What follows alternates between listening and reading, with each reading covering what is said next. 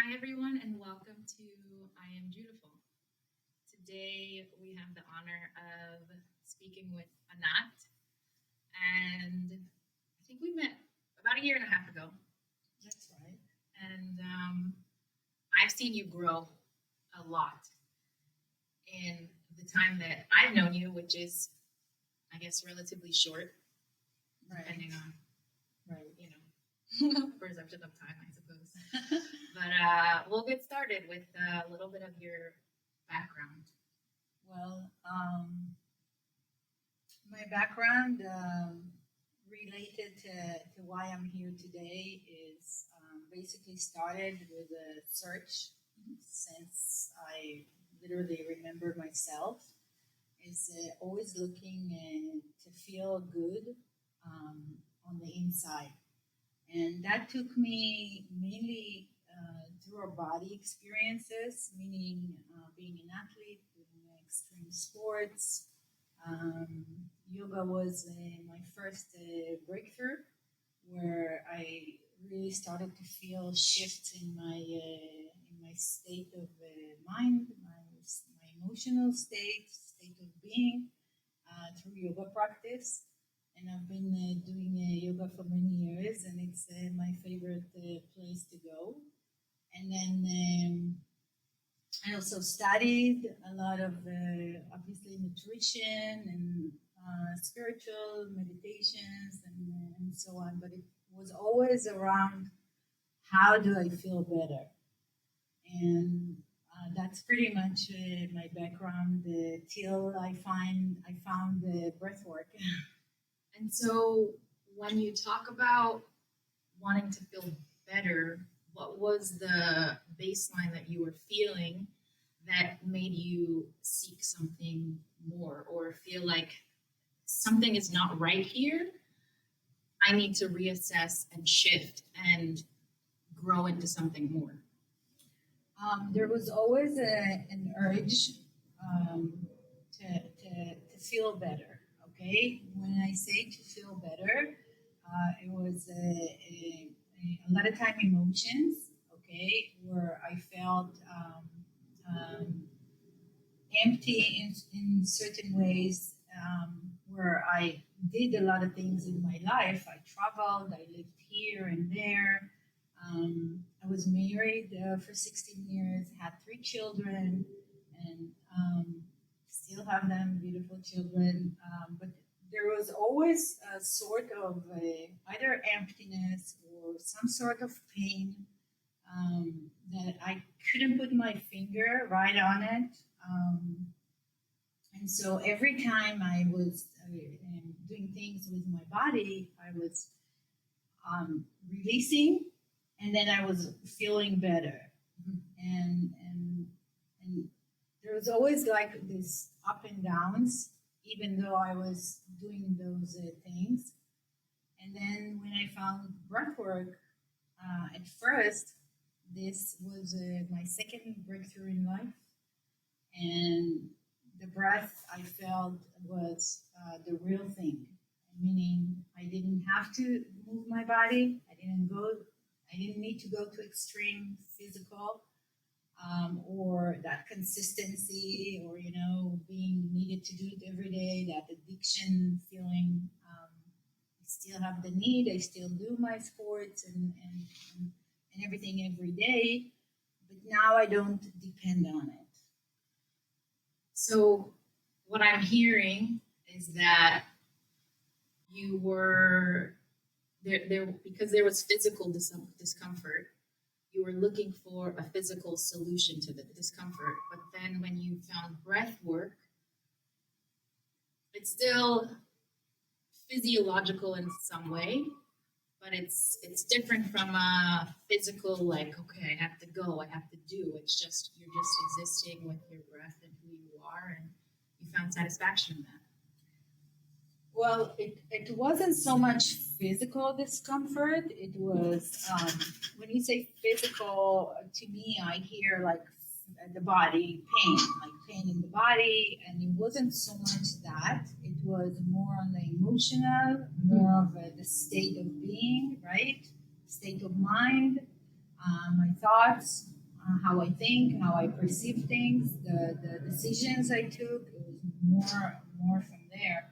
And then when I found breath work, it wasn't yet doing anything physical like running or those, but the breaths actually really cracked me open on the inside. Yeah.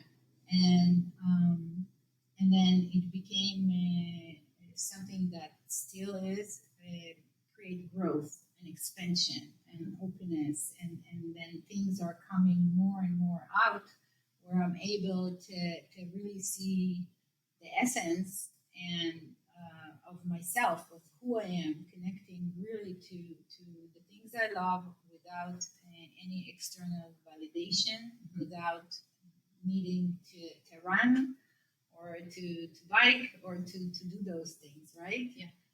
There is a deeper fulfillment and growth, and still pain, and still, and still walk the way, but it's different now.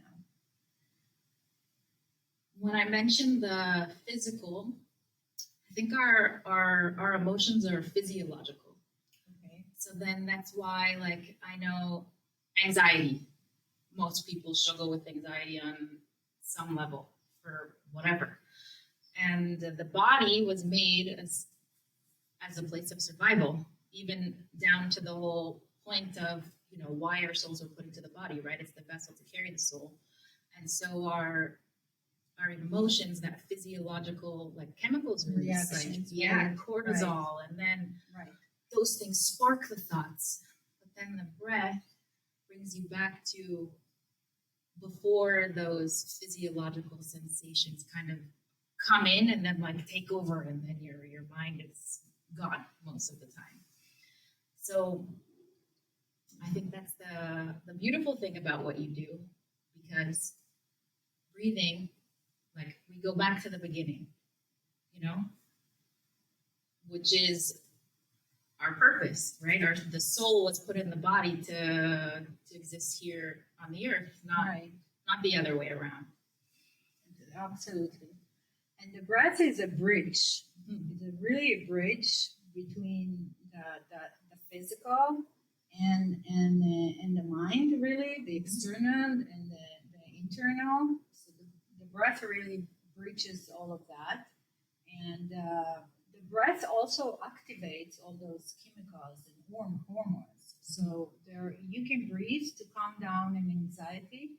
You can also breathe to trigger those good hormones, those dopamines and endorphins, and you can breathe to lower the cortisol levels. So Yeah. it's an inner pharmacy that with the breath, you're able to control all of that. Or I don't like to use the word control ever in anything, because I don't think it's control. I think it's more shift. The breath, through the breath, you can shift between those states. You can trigger those chemicals. You can calm those hormones, those chemicals down. And the breath has the power, because it's a real force. It's your real force, and the breath is able to do all that. And when you breathe, you shift your nervous system into the calm and relax and digest mode, where then it creates space, it creates expansion, where you're able to see things with more clarity, you're able to feel things with more calm, you're able to understand that all of it is you. Yeah. You are a whole, and without judgment, with more love and compassion. It's funny because in what I've been doing, I always talk about anxiety. And anxiety is the chemicals that we feel like rushing through the body. The survival. Yeah. And most people, when they sense the anxiety, they filter it as nervousness. And so anxiety is either judged as, like, nervousness or excitement, because it's the same sensation, but based on the circumstance, we determine, like, am I nervous or am I excited? Is this like a panic place, or is this like a fun, Yeah. And so the panic, when we feel that, the breath takes us back to a space of blank. Yeah, like blank. Soft. And then you can decide, like, okay, now I'm breathing. I'm in control of what's going on. And this is excitement, or this is joy, or whatever it's feeling. But it gives you the opportunity to filter it through light, as opposed to like feeling through this constricted place of tension. Right. Right. Well, I also call it adrenaline. Okay, there's adrenaline rush in our body in a certain situation, and what the breath does, the breath can ground you. Really, it can ground you down back to become, to be able to breathe. Take a breath. Full breath too, because most people, breath. when they're anxious, they breathe from their Breathe through the chest, chest. and then everything gets tighter, and they don't fully exhale. Not only when they're anxious, I find more and more people that breathe their everyday life only to the chest. Yeah. They don't know how to take the breath all the way down. Yeah. The diaphragm to the fully to the core, mm-hmm. which is this is really the core. The gut is where the intelligence of the body lives. Mm-hmm. Our power is there. And a lot of people just, the breath stops here at the chest. Yeah. And most of the people live on the survival side, on the survival mode, and they don't even know it. I didn't know that I was living on survival mode. And then your choices and your reality is also on a survival. It reflects on your reality, but it's hard to identify it. It's hard to know that this is where you're at. Mm-hmm. When you start breathing, that's when I say it creates space and expansion. It starts opening, and then you can start seeing where the place where you took choices from. It's not really who you are. We have so much identities, and you start to see all those identities that you've been, and then you start seeing, okay, this. I was here, that you're starting to look from the outside and really start to find your qualities, your real qualities, and what do you want to express and feel in this life. Yeah. It's like a lot of us, I find that a lot of people tend to feel like emotions are like, it just is what it is, as opposed to like a choice. You know what I mean? Yeah, emotions are emotions. Okay, they're not always a choice. We feel them, and I can tell you that I choose to feel how I feel. But what I can do is I don't always, again, don't have control of my emotions. Sometimes I can feel sad, really, really sad, and sometimes I can feel really, really happy. But what I can do now is I can look at it and I can sit with it. I can truly feel it. I don't try to numb it. I don't try to fix it. I don't try to run away from it. I understand I'm sad, and I accept it, and I stay with it, and I see what does it have to tell me. That sadness, what does it mean? What is it telling me? And then I choose what to do. I can choose to put Netflix on and just take my snacks and go in Netflix, because that's a choice. Now I'm choosing to handle my sadness. I can take a hike and release. I can go sleep, and so these are my choices now. Is what to do with how I feel. But first, I acknowledge it, and I try to understand what is it telling me. So it's more of like a conscious choice within the emotion, as opposed to like a reaction because of it. Yeah. I don't react to it. I think about it. And if I decide to act in a certain way, I'm fully aware. Okay, I'm doing this right now, knowing that I feel so and so. It's a choice, yes. I'm fully aware of it with no judgment. That is the most important thing that really is super important, that there is no bad judgment, not to judge myself, to accept, to still love me because it's still me, it's part of me, and love it and accept it with compassion. Very two important words that like go through here. Most of my life they went here like, okay, love, compassion, but what is it really? But then when you start feeling it, you're at ease. It's just the breath brings a lot of softness. It softens your body, softens your emotion, and yeah, that's the breath. It's very very powerful, and it has a lot to teach us. Yeah, yeah. So, what connections do you see between different Jewish practices like prayer or ritual or meditation, even that kind of flows together or has the same understanding and process of the breath work? I think prayer is very powerful because it's a way to express. It's expression. It also can calm your nervous system when you pray because you trust. Someone hears you, whether it's God or the universe. Everyone has their own thing. So it's faith, it's trust. It's also again can calm the nervous system down. But to me, so breath work to me is just I breathe, okay, and I trust the breath that it's doing what it needs to do. It's God's light in that breath, okay. It's really God's light. It's light, and I'm just awakening that light within, Reconnecting, yeah. Because even in Bereshit, in Genesis, before everything happens, there is the Ruach Elohim. So that's exactly what we're reconnecting to or remembering. I guess. Remembering, Yeah. exactly.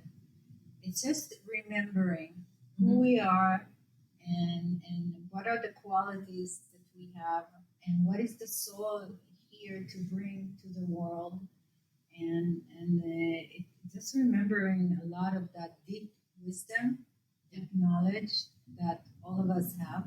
Each one of us has it, and it's definitely God's spirit in the breath. So I connect to that through the breath. Yeah, yeah.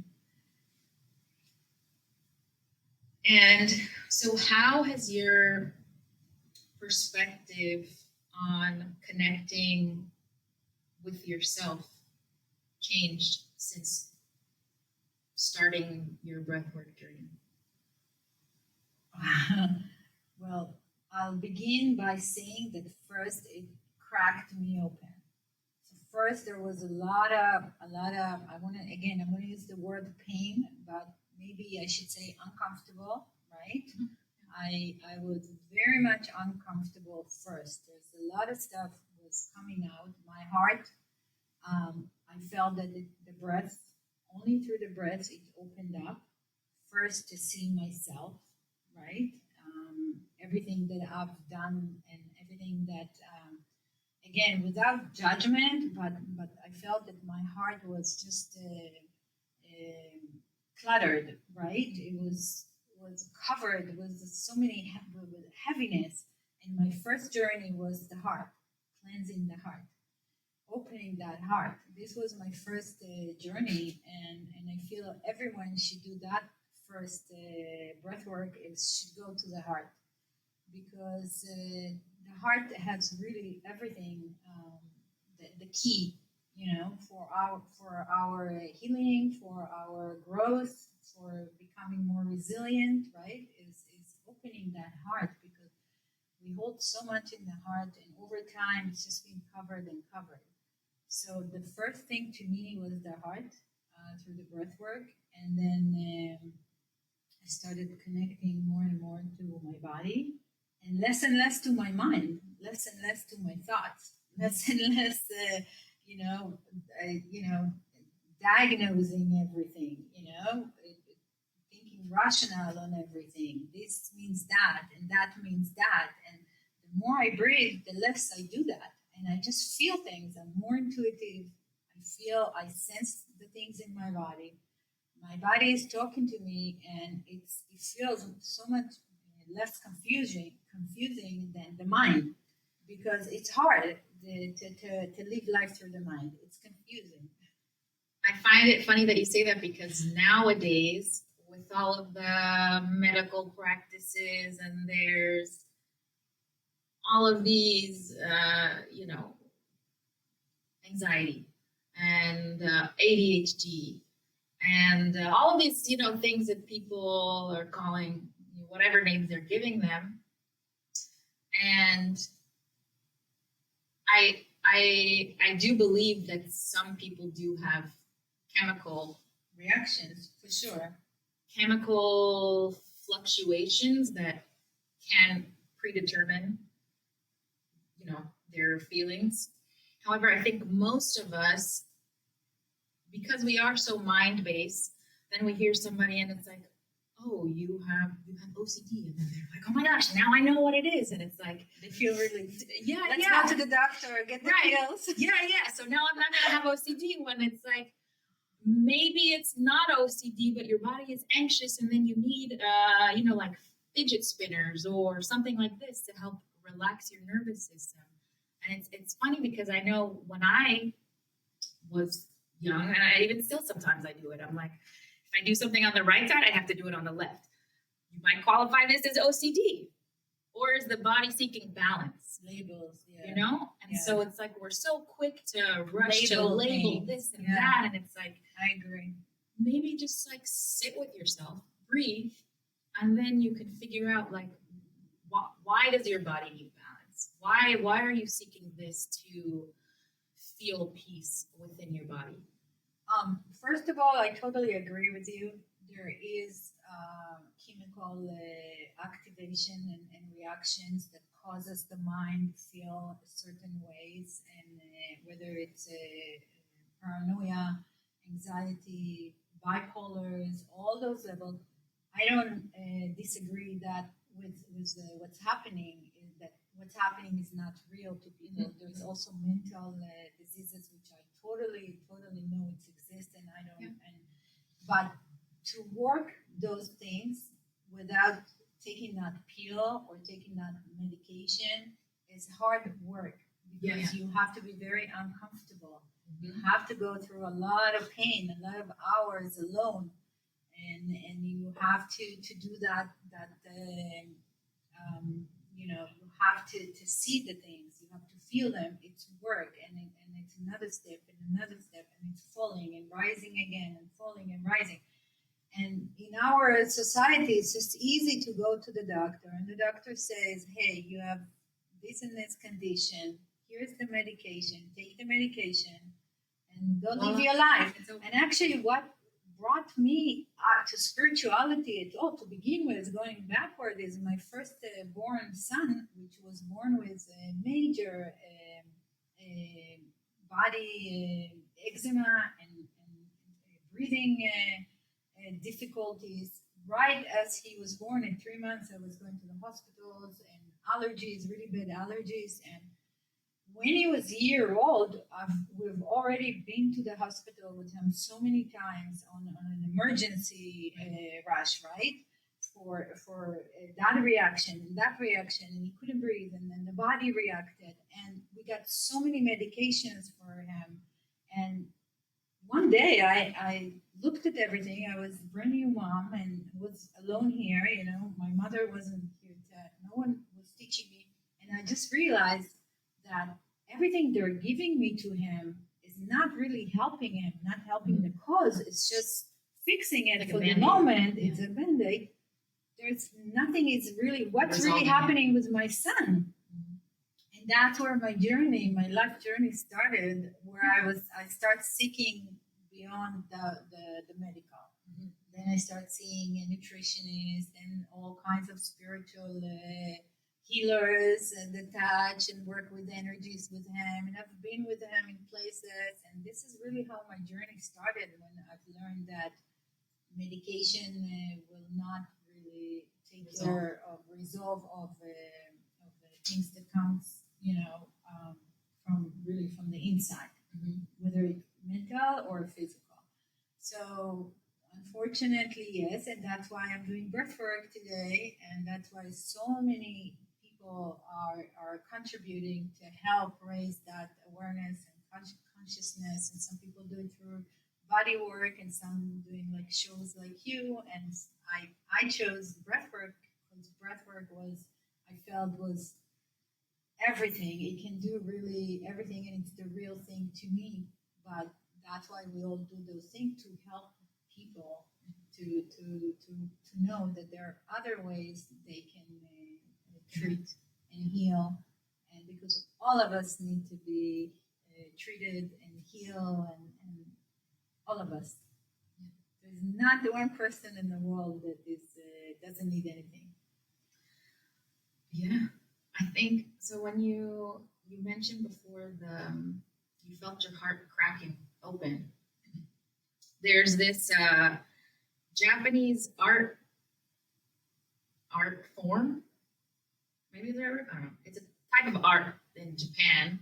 Okay. I don't remember the exact name of it. I think it starts with a K.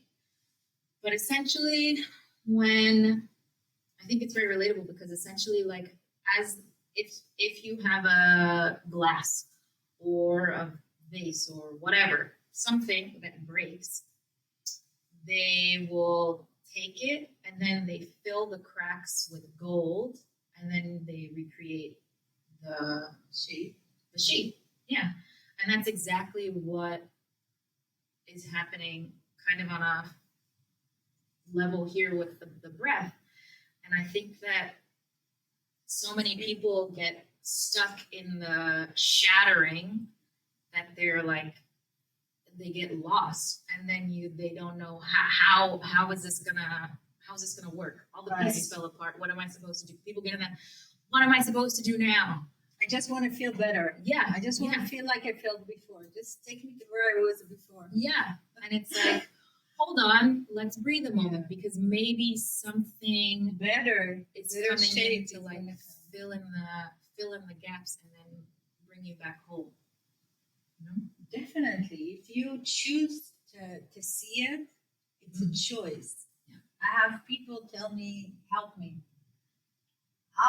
I can facilitate it for you. I can bring it to you, but you have to make the choice to help, to choose. Okay, this is the route I'm choosing, right? Like when we're addicted to something, whether it's drugs, sugar, cigarettes, whatever. There's so many rehabs and so many ways, but we have to make the decision to walk into that rehab, right? At least starts there, right? I think also something that is a little bit more complex, like addictions that people have, is like within like relationships even. It's like, a lot of people talk about this whole trauma bonding thing, for instance. And I think some people think it's a positive thing, but it's like, if you grew up in a home where you had to constantly seek love, and then, you're given something, and then this makes you feel good, it makes you feel love, then you have this in your relationships with other people. And this is also kind of an addiction that people have that a lot of people aren't even aware of. Like they're in these I don't want to call them toxic, but unhealthy, like unfounded relationships where, it's like a lot of, people dating, they're like, oh, well, this person didn't text me back.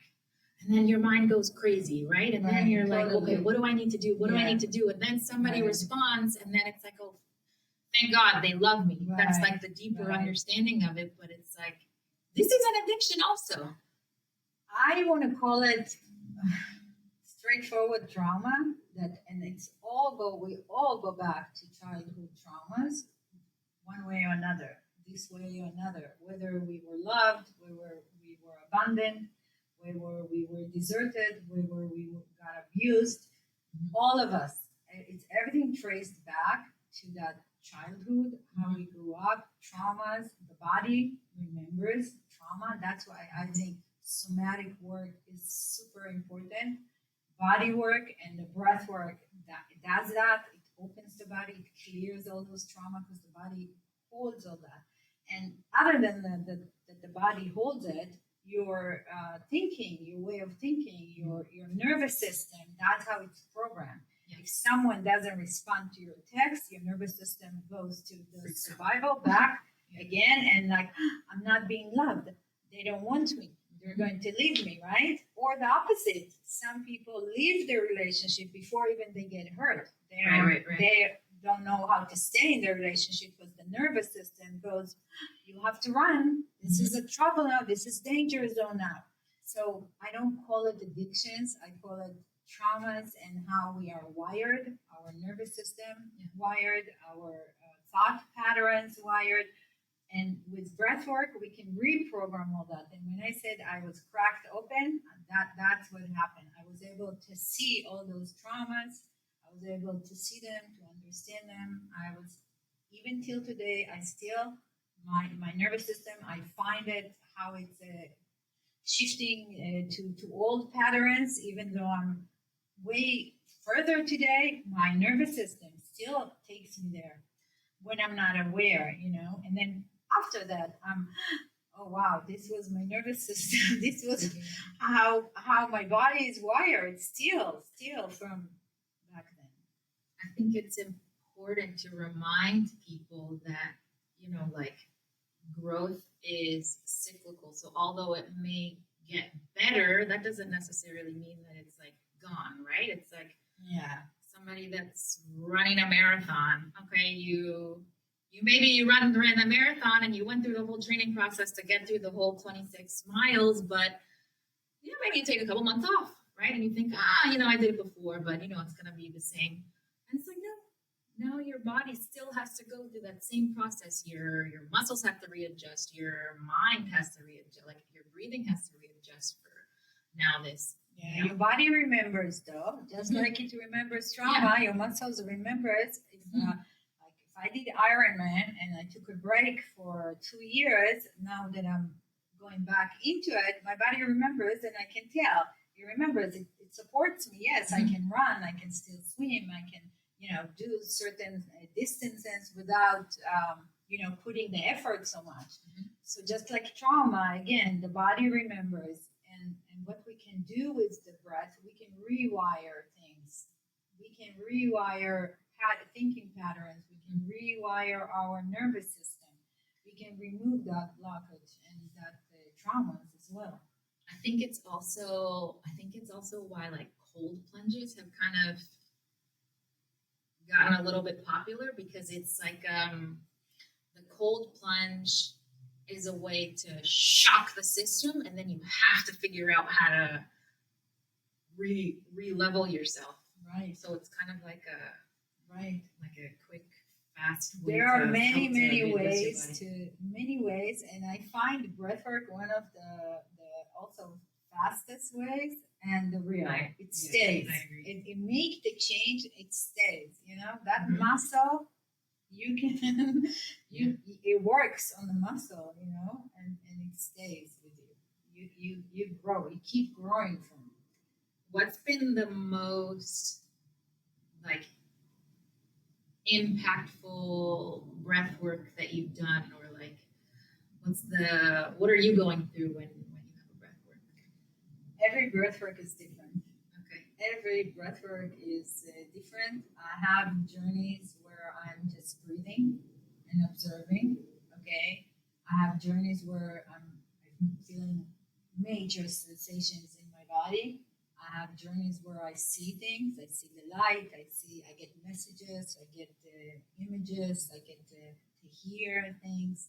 So it really depends. Every journey is different. Sometimes it's more psychedelic. Sometimes it's more somatic. Sometimes it's more emotional. I have journeys that I cry. As soon as the journey starts, I'm crying. I don't even realize yet why am I crying. Some journeys I hear my voice.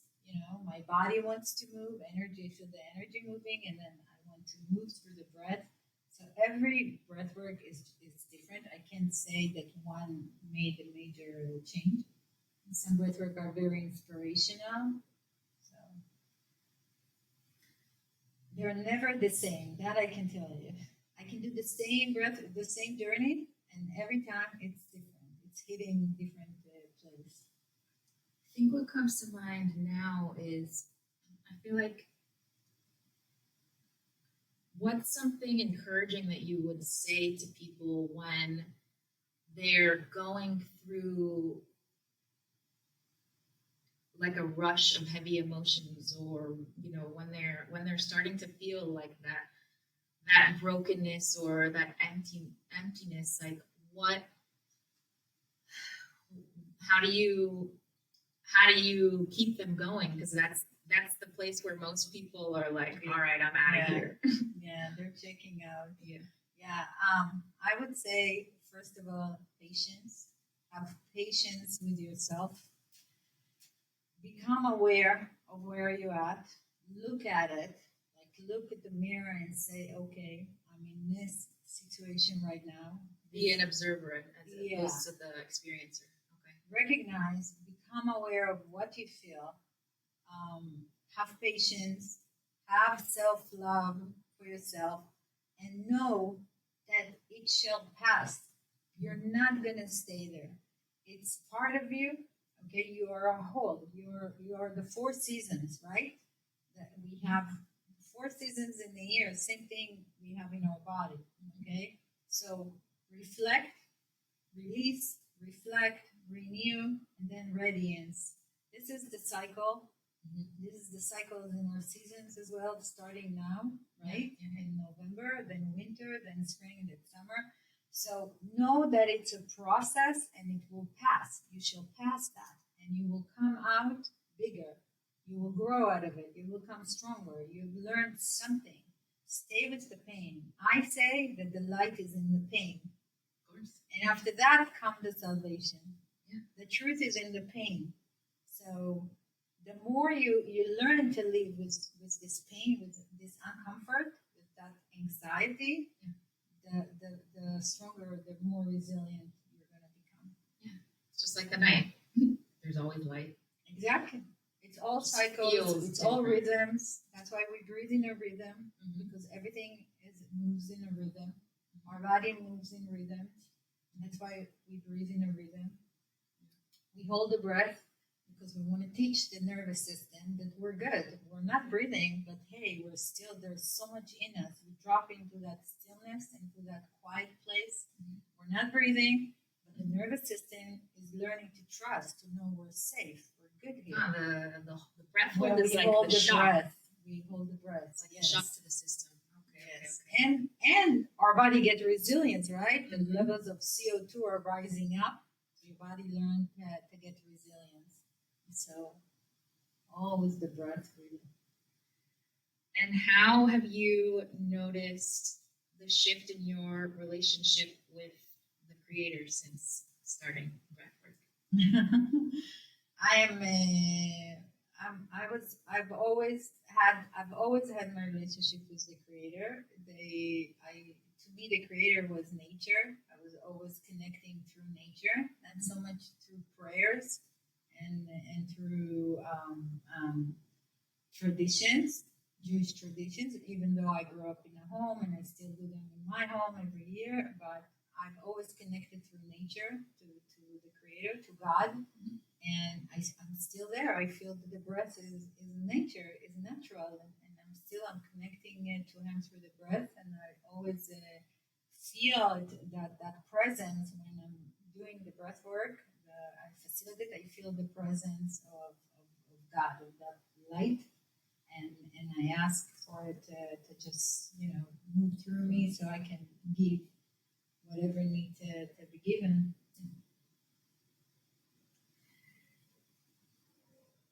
Have you been surprised by what arises in sessions, like old patterns or emotions that you may have been unaware of?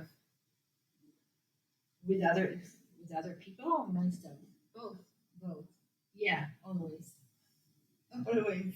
Yeah.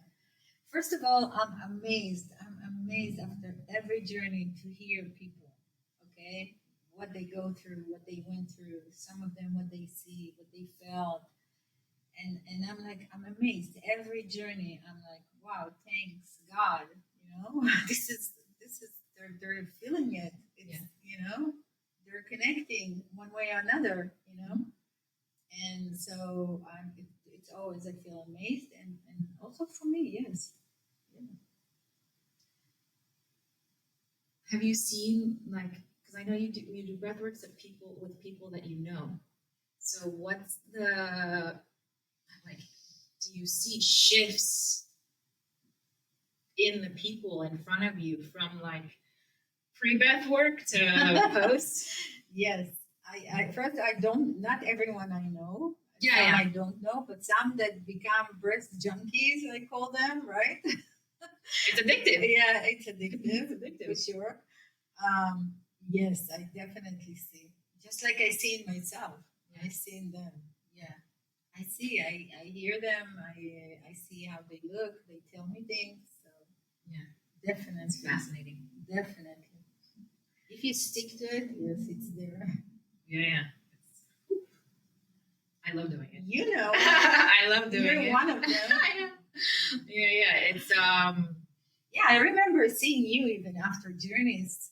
Remember when I told you it was like one or twice where you looked like something else. yeah. There was that ease on your face and that radiance too. I think I first tried what? I think you were starting what in July? Yeah, with the hard journey. And I've done like many since then. And first of all, I love doing it because I feel like it's like the simplest way to like drop down in and like direct connect, you know? And the bodily awareness that you have is it's there's nothing like it, you know? And I think what's really special about it, and I've seen people open their eyes and they cry and they feel like down, but they're not. They're down and they cry, but they know it's for the good, and that's what I've been seeing. I've not seen one person telling me, "Oh, this is shit." Like, what did you do, or what just happened here? Angry, Yeah. right? Even though they've seen things, they felt things, they cried. It was uncomfortable, super uncomfortable. I had a woman that even psychedelically went to a very unpleasant place, like 7 October place, and saw very uncomfortable things during the journey.